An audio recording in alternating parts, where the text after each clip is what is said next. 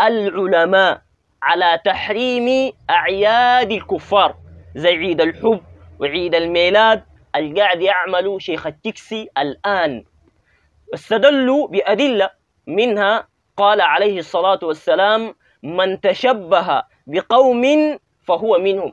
فشيخ التكسي ده قاعد يتشبه بأفعال وأخلاق وأعياد اليهود والنصارى. ده ما عنده علاقة بالدين، وضلاله ده ما قاصر على نفسه، بل الزول ده ذاته قبل فترة من الزمن احتفل بميلاد تكسية من التكسيات بتاعنه.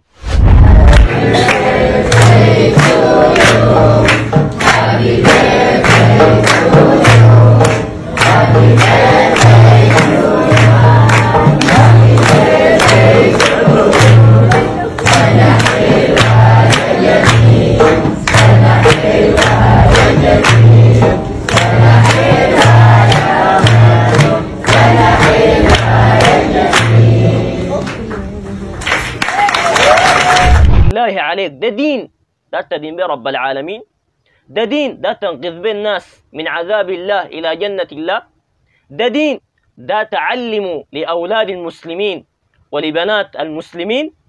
ده دينك يا اللمين يا بتاع التكسي؟ الزول يا جماعة ما عنده علاقة مع الإسلام أصلا. زول بتاع نسوان، زول قاعد يحنن النسوان، زول قاعد يدعو الناس إلى عبادة شيخه من دون الله سبحانه وتعالى. شوف، مش ابونا الشيخ ده فيه والله دنيا ودين ماشي، والله ماشيين بجاهه، والله ماشيين بنفسه. شيخك ده الله كتم نفسه زمان، مات شيخك. ولو شيخك ذاته يا اللمين، شيخك وين؟ ونوسع مشى وين؟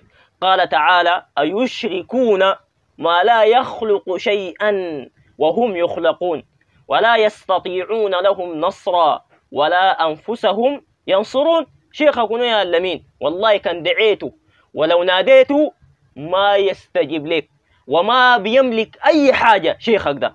قال تعالى: إن تدعوهم لا يسمعوا دعاءكم ولو سمعوا ما استجابوا لكم ويوم القيامة يكفرون بشرككم ولا ينبئك مثل خبير.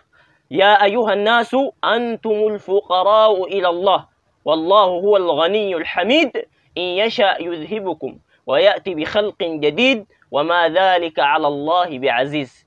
تلعب علينا انت ولا شنو؟ بعدين قال: والله الشيء جاي في الايام دي انا ما بعرفه، لكن اقول الشيخ بعرفه، اقول قوي يا جماعه. كذاب، وشيخك كذاب. بس آية واحدة يا بتاع التكسي بتنسف لك بنيانك ده مرة واحدة. قال تعالى: قل لا يعلم من في السماوات والأرض الغيب إلا الله وما يشعرون أيان يبعثون. فالزول يا جماعة مجرم وزول ضال وزول منحرف، فالناس تبعد منه والشباب يبعدوا منه أشد البعد. ما تضيع زمنكم معاه. هذا وصلى الله وسلم على محمد وعلى آله وصحبه أجمعين.